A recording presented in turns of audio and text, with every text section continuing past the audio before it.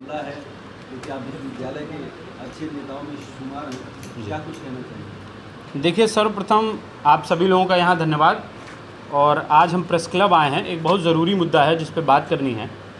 गोरखपुर विश्वविद्यालय जो पूर्वांचल का ऑक्सफोर्ड कहा जाता है, जिसकी बड़ी चर्चा रहती है क्योंकि ये मुख्यमंत्री का शहर है, तो हमारा विश्वविद्यालय लगातार चर्चा में बने रहता है तमाम अच्छी योजनाओं को लेकर के।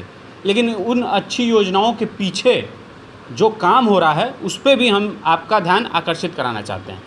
ये देखिए, ये एक डाटा आया है, ये हमारा विश्वविद्यालय है, ये विश्वविद्यालय की एक तस्वीर है, गोरखपुर विश्वविद्यालय की एक तस्वीर है। हरा भरा विश्वविद्यालय जो घने वृक्षों से, छायादार वृक्षों से पूरा घिरा हुआ था, आज वहाँ सिर्फ इमारतें हैं, जर्जर इमारतें।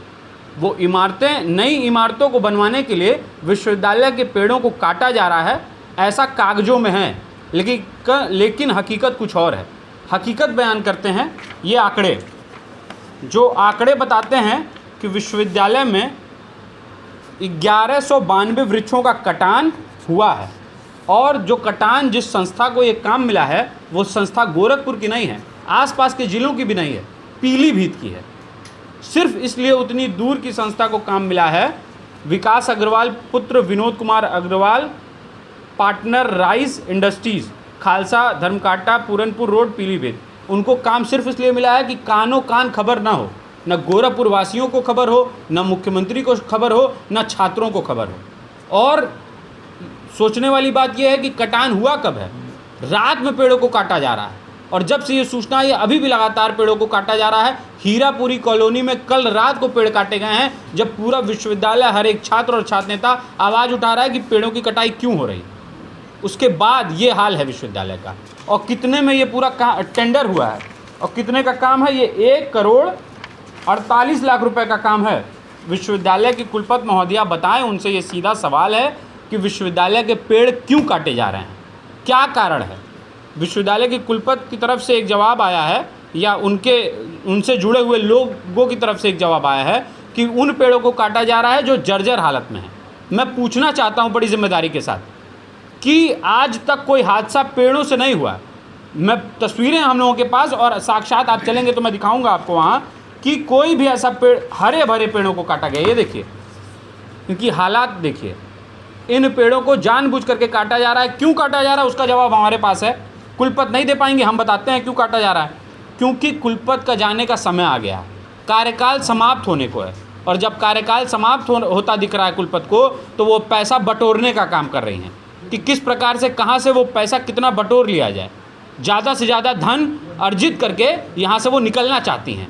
मैं कुलपति से पूछना चाहता हूँ, विश्वविद्यालय प्रशासन से पूछना चाहता हूँ, और हमारे मुख्यमंत्री योगी आदित्यनाथ जी से भी पूछना चाहता हूँ, और मैं चाहता हूँ वो स्वतः संज्ञान ले इस मामले का कि हरा भरा विश्वविद्यालय को आज वृक्ष विहीन बनाने की जो योजना चल रही है हमारे मैडम की, उसमें वो कहाँ खड़े हैं, ये सरकार कहाँ खड़ी है? जब देश के प्रधानमंत्री कहते हैं एक पेड़ माँ के नाम, तो गोरखपुर विश्वविद्यालय की कुलपति कैसे 1192 पेड़ों को कटवा सकती हैं? ये बड़ा गंभीर सवाल है। और 1,40,48,00,000 की ये पूरी मिली भगत योजना है। इसमें DFO पे भी सवाल है, डिस्ट्रिक्ट फॉरेस्ट ऑफिसर, कैसे उन्होंने ये अलाउ कर दिया कि इतने बड़ी संख्या में पेड़ों को काटा जाए। आज मैं चाहता हूं कि इस पर सख्त से सख्त कार्रवाई होनी चाहिए, इस पर एक निष्पक्ष जांच होनी चाहिए, एक कमेटी बननी चाहिए जिसमें विश्वविद्यालय का छात्र भी हो, उसमें पता चले कि क्यों आखिर में ऐसा पेड़ों को काटा गया है। कल छात्र नेता लोग प्रदर्शन कर रहे थे कि ये अनुवाद जी देखिए, और विश्वविद्यालय में और गंभीर समस्याएं हैं। हमारी बहनों ने कुछ आरोप लगाए हैं, जो आरोप एकदम तथ्यात्मक हैं और सही हैं, और उनको ये विश्वविद्यालय अभी ये बताने में लगा हुआ है कि ये पिछले साल का वीडियो, छात्राओं पे दबाव बनाया जा रहा है। उनको कहा जा रहा है कि आपको हॉस्टल से निकाल दिया जाएगा, आप पे कानूनी कार्रवाई कराई जाएगी, आपको दोबारा हॉस्टल में नहीं रहने दिया जाएगा। छात्राएं दबाव महसूस कर रही हैं उन पे लगातार। जब से ये वीडियो वायरल हुआ है, ये तस्वीरें आई हैं, तब से उनके ऊपर लगातार दबाव बना रही है ये सरकार और विश्वविद्यालय का प्रशासन। छात्राओं को ऐसे खाने दिए जा रहे हैं, ऐसे मिला करके, जिसमें कीड़े मकोड़े घूम रहे हैं, और इस पर कोई बोलने वाला नहीं है, कोई सुध लेने वाला नहीं है।